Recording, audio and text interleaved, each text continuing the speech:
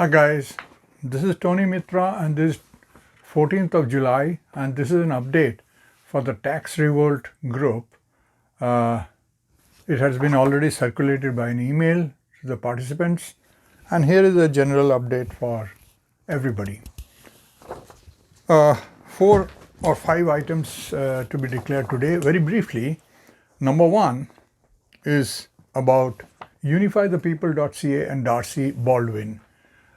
This group led by Dallas Hill has the tax revolt thing already part of their constitutional agenda, but they have decided to bring it to the forefront while the rest of it, the constitution and its ratification may take time. The tax revolt should be put forward right now because it can be done right now. It can be done before the constitution kicks into place, whenever that happens. And besides, the people are hurting, economy is ruined, tax should be correspondingly reduced, and this logic should strike a chord with most Canadians, irrespective of which side of the fence they seem to be sitting on. So, Darcy Baldwin is one of the members of Unifythepeople.ca, but he is resident of BC and he's quite knowledgeable. So I contacted him and spoke with him and asked him to join us in an exploratory meeting sometime within the next 2-3 days involving other participants of this area and from far away within Canada to explain a little bit his side or their side of the issue, which basically means they're writing a letter, they're composing a letter through their lawyers that would go to the mayors, your mayor, my mayor and all that, essentially asking the municipality to prove that it even has any jurisdiction to tax us for our land and property. And in absence of them providing any proof, or if they are unable to prove that they have any jurisdiction, then therefore we shall not consider paying any tax that are levied by them because they do not have jurisdiction. They cannot prove jurisdiction. So this is the crux of the matter. I have a slightly different take. I want the taxes to be reduced considerably in line with the crippling of the economy.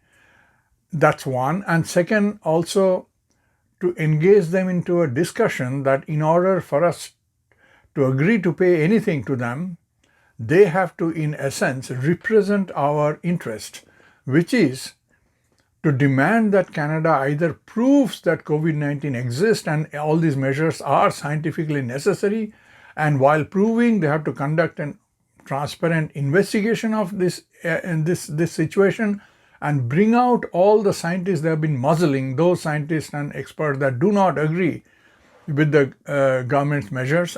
They have to bring them out instead of keeping them under the carpet, and then let the chips fall where they may. And once that is done, if they can still prove that all this was necessary, then we shall consider following their diktat. But if not, as long as this cannot be proved, and I suspect it will never be proved because the government has no intention of proving it because it cannot be proved, they forcefully are shutting us down to cripple us for ulterior motives far different from saving us from any COVID-19. So therefore, as long as that does not happen, for the municipality to expect anything from us in terms of paying them as tax or whatever, they have to revolt against this unjust law by the provincial and federal government of locking us down without any proof based on third-party hearsay, and they have to open up the municipalities to full business, no restrictions, no social distancing, masking, vaccine, nothing, till the government can prove that these are necessary.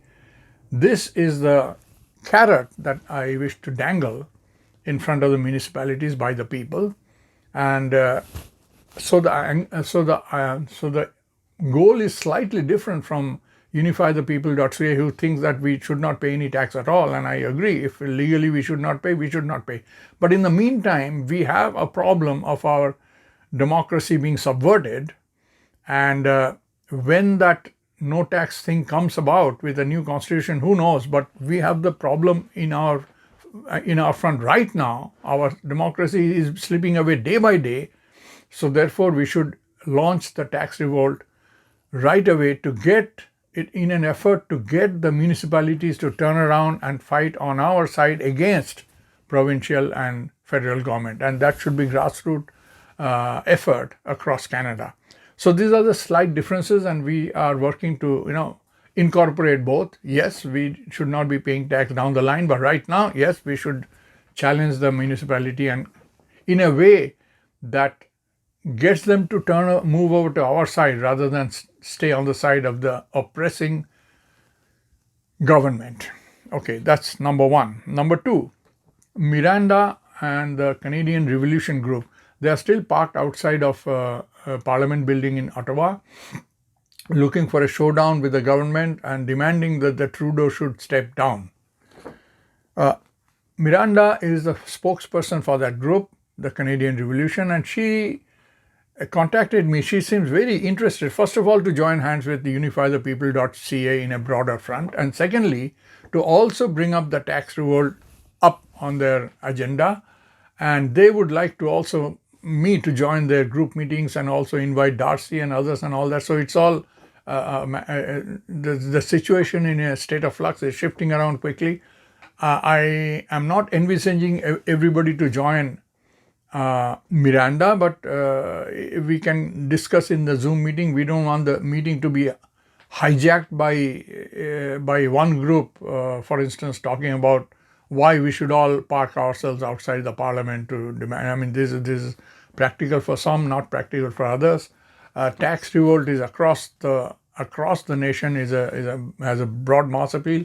So we all need to do that carefully, and also we should do it in a way that invites all people to participate without anybody being forced to join under one umbrella or the other. It's not about leadership, my group, you all join my group, and nothing like that. It's a broad front with many people equally in it. So I shall be talking hopefully with Miranda. She doesn't have good Wi-Fi and telephone coverage because she's out in the open in that war memorial ground across the street from Parliament in Ottawa. But she said she will go somewhere where there's better signals and call me up today, so I'll talk to her. Darcy Baldwin will also likely call me up today after he has checked up on this detail of the letter to Mayor a little bit more, and he will talk to me when we can get together in some sort of meeting face-to-face or Zoom and so on. So those two updates will come later. The third item, David Crowe. There is a public letter sent by 5-6 experts to the Prime Minister Boris Johnson of UK, challenging their health ministry to prove that this virus, that coronavirus, the SARS-CoV-2 virus that actually causes the infection COVID-19 exists, to prove it. Because the issue of infective viruses is a controversial one, scientifically speaking, and many conventional ideas or theories or practices about identifying infectious microbial organisms have been bypassed when virologists started inventing new viruses that cause various kind of diseases of the present time. So the proving of COVID-19 to be a definitely unique virus of some kind, although the viruses mutate also all the time, they don't stay same. Presumably, if you believe in viruses, then they do change shape and genetic markers frequently, their RNA frequently. So, to prove that some sort of a virus or virus family actually exists, and it is responsible for the infection being called as COVID-19, this is scientifically not proven, or the proof of it is very controversial. It has bypassed all the steps that is established for more than 200 years for identification of pathogenic microbes, and it has created a new paradigm of unprovable theories that we are supposed to just blindly follow. This is my way of, I'm an engineer, I'm not a microbiologist, a virologist, and I have reason to doubt it because I have spoken with experts who have spent more time on it. So David Crowe is one of the 5 people who authored that letter to Prime Minister of UK, Boris Johnson. I know David Crowe personally. He is the only Canadian in that group. He is from Alberta. I have spoken with him. We have interviewed each other. I mean, he interviewed me we spoke with each other on Zoom. I read his paper.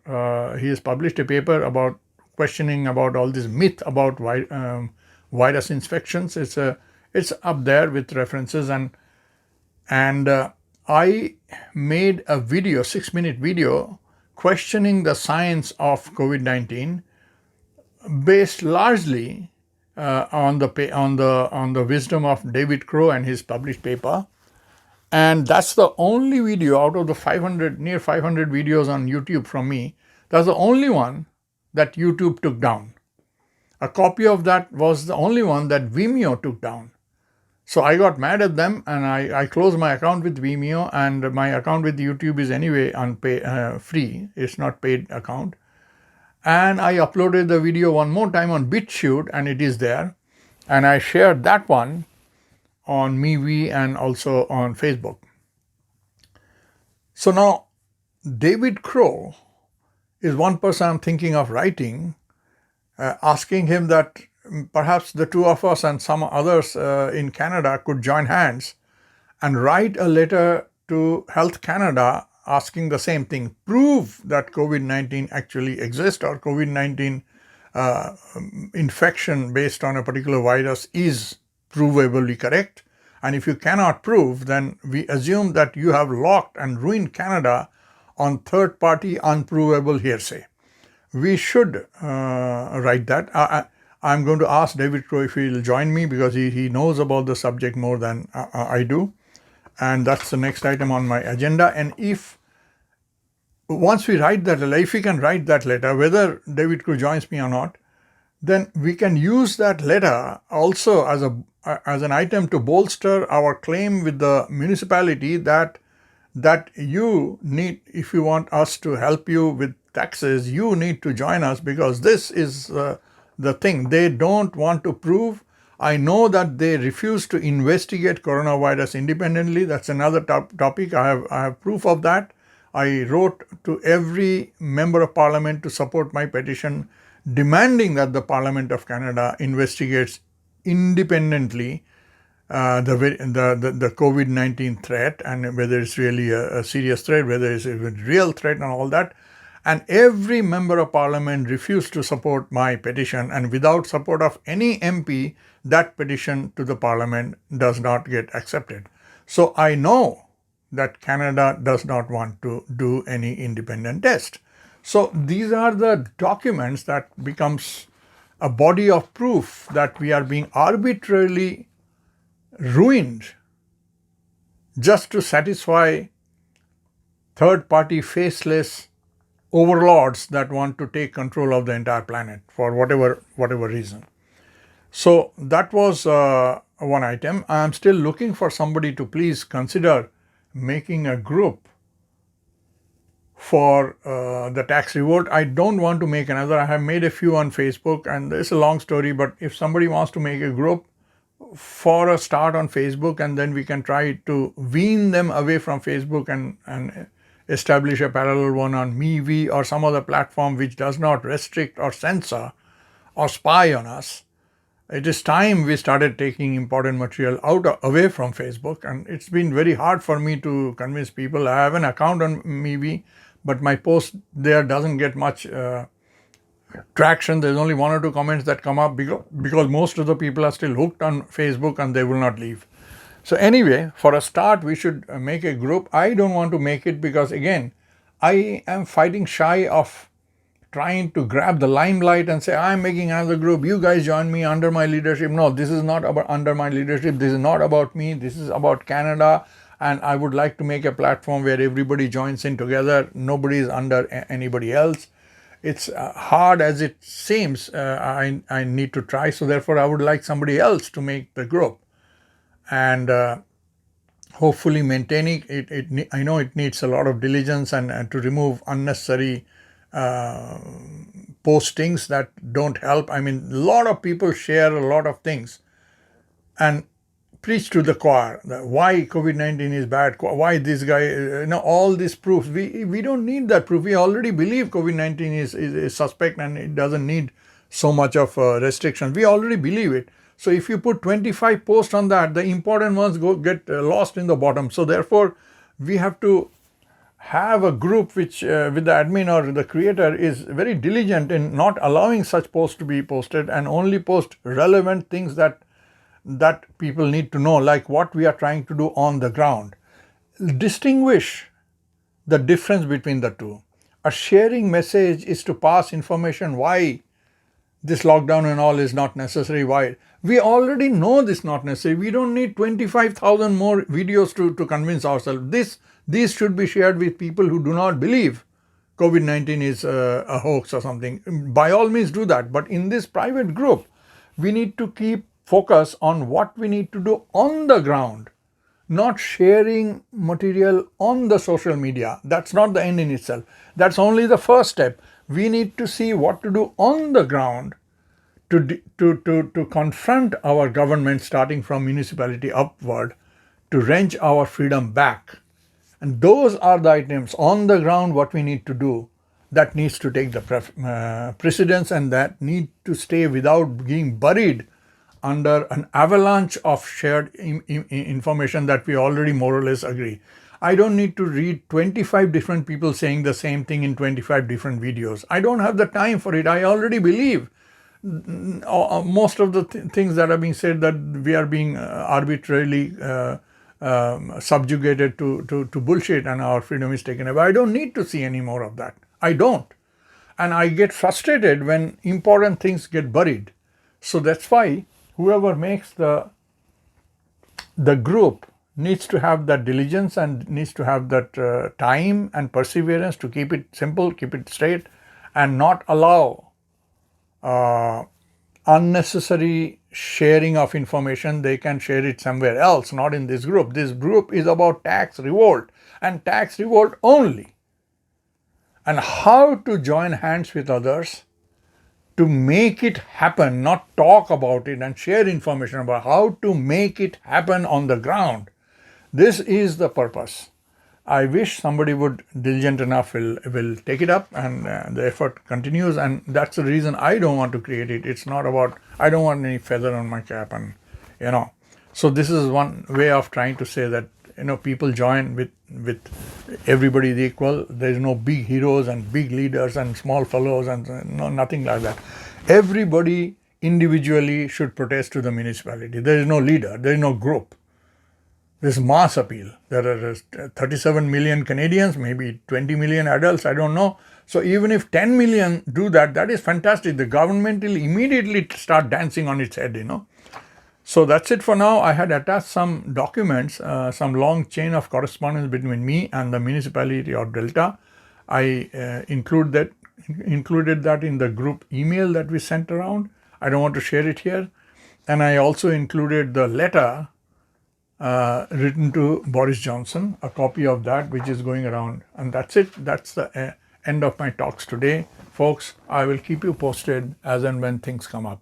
Take care and goodbye.